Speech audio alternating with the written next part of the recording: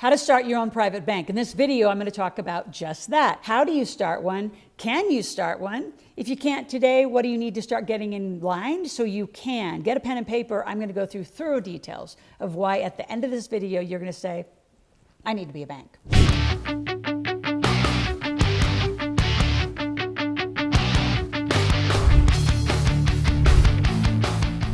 In this video, I'm going to talk about 5 specific things. Number 1, what is private banking? Number 2, how do you qualify for it? Number 3 is probably my favorite.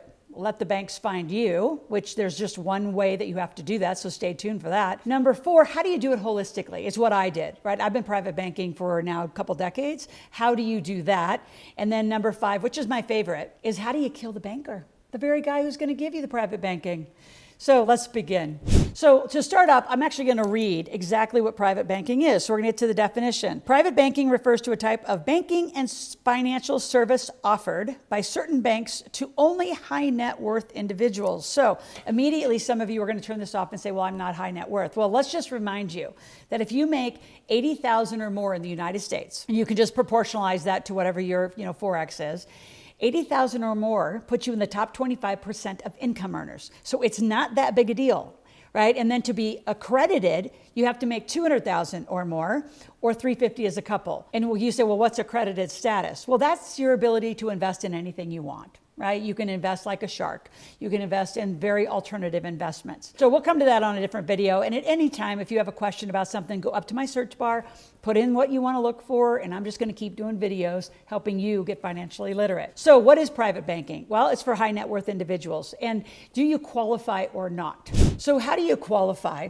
And do you even want this? I'm going to say yes. I've had private banking for, like I said, a couple decades. So the advantages are privacy. That's number 1. So as you grow in net worth, right? So you get to 500,000, a million. Typically, you need about $1 million to get into private banking. And that means you're putting in deposits. So some of you who are not millionaires, let's be really clear, you could do $1 million in deposits. So even if you own a company and you're doing $1 million of gross revenue, those are deposits in the banks, which, by the way, a little bank info, they get to 10x that at the central bank. So you give a deposit of $1 million, you've now given the bank the right to have loans of $9 to $10 million. That's the benefit you provide to a bank. So why is private banking so critical, and why do they offer it? Well, first of all, you're assigned to one person or typically a small team that look at your net worth and what you're doing. You get discounts on certain products and services. And I'll tell you a story about my laundromat in a minute, but I want to continue. Advantages. Again, privacy is critical. You get a private banker that's going to be assigned to you and your family. You get discounts on products. And then number 4, you get discounts on fees. Right? So depending on how you do it with them, you get discounts. Now, depending on what you invest in, which is a little bit different, they're going to actually charge you more. So it does kind of wash out. But here's the great story, because I knew this 10x banking rule, and it's just shocking that most people don't realize that when you give a bank even 100,000, if your business is making 100, you've now given the bank the right to go up and grab $1 million. And you say, well, what do they do with it? Well, it's called an arbitrage. That's how the banks make money. So then they give it out to consumer loans. So people who don't have as good a credit, they can charge them 8, 9, 10. In this interest environment, back up to 12 and 15% for a car loan, for a computer loan, for a home improvement loan, whatever you want. So that's how banks make money, is on their lendability and like their ability to do loans. Now back to you in private banking. Why is it important? Privacy, I would say, is number 1. When I wanted to buy laundromats, right, because of my kids' book and wanting to have some kid-friendly businesses, I thought a laundromat would be fun. So I went into the bank knowing that I'd put millions into the bank, and I gave them a little spreadsheet. I said, so this is how I've helped you. Because of my deposits, gross deposits. So those of you who aren't millionaires, this still applies to you.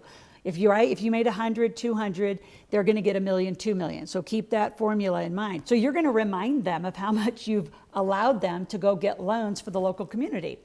And so in exchange, I said, so I want a 0% loan. This was way back in the day when I lived in Marin County, California. And they looked at me, they died laughing. They said, aren't you cute? And I said, well, I am, but I'm serious. And there's this thing where the banks have to go to committee to get loans approved. So they would go to committee, and I came back and I got a 2% loan for a $200,000 laundromat. Now the banker said to me, well, why don't you use your own money? You have $200,000 in the bank. I said, well, because that's invested at 10, 12, 15. It's invested. I don't want to divest it and put it into cash to give it to you. You could give me your money at 2%, and I'm going to go buy a laundromat. And when we're all done, I'm going to keep the cash flow. I'm going to pay your 2%, and then I'm going to pay you all back. And I get to keep the profit. That's other people's money at the finest source. And it's the cheapest money. But for those of you, and I do want to just mention this, because I know some of you are really, because of our environment right now, wanting to go off grid. This is the stuff that you want to stay on grid. So for those of you who want to go off grid, there's a portion of you or some family member that I believe should stay in this. The financial system is what qualifies you. Credit, your credit's dependent on it. Your ability to use the system, make money, spend money, pay off credit cards. That's what creates you as a high value client. The only disadvantages, again, is once you start doing this, like I've had private bankers change. And then I actually moved from Marin to Lake Tahoe, Nevada. So I had to move and get a new banker. So you have to kind of get them all started up. And where they make some of their money back with you is if you buy their investment products, they're going to charge you sometimes a bigger management fee. So again, it's all relative. Highly encourage you to do it. Number 3, let the banks find you. Once you have $1 million in deposits, believe me, with all the AI and the data sourcing out there, they'll come find you, right? Banks are motivated to find you and find your deposits. And the people who are uneducated, which is most of the people, they'll come in for a little iPad or, way back in the day, they'd come in and open a deposit and just so you could have a toaster or coffee maker. It's crazy, the little crap that banks would give you because most people walk around uneducated, financially illiterate, have no clue. You don't go in for a little tchotchke and a little toy. You got to go in financially literate saying, bank, I'm giving you the right to have my deposits and we're going to have a relationship. So all this online banking, I'm not a fan. I like the face-to-face relationships. So you can do some of that. I'm about to be part of a big kids bank called Gravy Stack, super fun. But you know what? Right down the road at that local bank, I have a local private banker. And you want one too. Now, number 4, how do you do it holistically and organically? Well, this goes to everything I teach, is you need to do it through companies and trust structures. So the minute you're 18 and you're a legal adult, you can have an LLC. That LLC should be held in trust. If it's not held in trust, then whatever you have upon death will go to probate at your state. In fact, I have a video recording with one of my colleagues and partners. It's called Don't Let Your State Have Your Estate. And it's a very cool, in fact, I'll give you that as a gift at the end, but you have to stay all the way to the end to get the little link. So, in which, by the way, while you're hanging out here, why don't you subscribe to my channel? Click the little notification button, be here every day. All I want for you is 10 to 15 minutes for financial literacy. So if you're serious, you're going to be here every morning. We're out here Monday through Friday. It only takes 10 to 15 minutes. And then this is how you come home at night, have your whole family. We have our whole office listen to it. What did you learn? What are you going to do different about your financial literacy? All right, so that's just a little side note. Now back to banking. When you have an LLC and it's held in trust, upon your passing, you won't go to probate. Probate's a big deal. I was down in a very local small town just recently talking to an older gentleman about really being a partner in a business. And I said, so are you incorporated? And he said, no, I've been a sole proprietor for over 20 years, which is not uncommon. For a lot of people, they were really misled. And I'm going to say, as one of my partners says, by CPAs, by accountants, by lawyers who have a license to steal. They don't know it, they don't live it, so they don't tell you the truth. So I don't know that they're lying to you. I just don't think they really have engaged at the level that you can actually be financially literate and use the financial system. So anyway, if you don't have a trust, so he's a sole proprietor the whole time. And he said, well, I don't need a trust. My lawyer said I will would handle. I said, no way. A will's just how you give away your things. Like, who gets my glasses? Who gets this diamond ring? Who gets a piece of jewelry? Who gets the couch? Who gets the cars? That's what a will does. It gives your stuff away to the people you want to give your stuff to. Now, you can actually be misled. And a lot of information on the internet is misleading about a will or a trust. A will, in my mind, in the simplest terms, is just giving your stuff away. The trust is the machine. That's the big daddy that protects you from the state, keeps you from going to probate. So even if you're only worth $100,000, or you say you're not making a lot, but you have a $250,000 life insurance policy, you want to have a trust, because if you don't, half of that, depending on the state, the lowest I've seen is maybe 30%, would go to the state in probate fees. So why would you even be worth $100,000 to give $30,000 back to your state? Why wouldn't you give all 100 to whoever you want your heirs to have it? So I'm an avid fan of LLCs held in trusts. So upon passing, that's how you pass generational wealth. It is imperative. And inside of all of that, you do private banking. And when you grow up and you're a multimillionaire, you then have your investment portfolio turns into what's called a family office. Another day, another time, another video on that one. But it starts with private banking. It starts with you becoming an entity. And if you're a super beginner out there listening, go back to my search bar again. LLCs, how do I start a side hustle? How do I make $100,000? I have a guaranteed program that will make you $100,000 in 1 year. Guaranteed. I'll give you your money back if it doesn't, but you have to do everything I say. And some of you can't be even here 5 days a week. So one last thing I do want to say about private banking and the holistic approach is the big way to do generational wealth and private banking is you get a very specific kind of bank insurance. So bank level insurance allows you to do life insurance.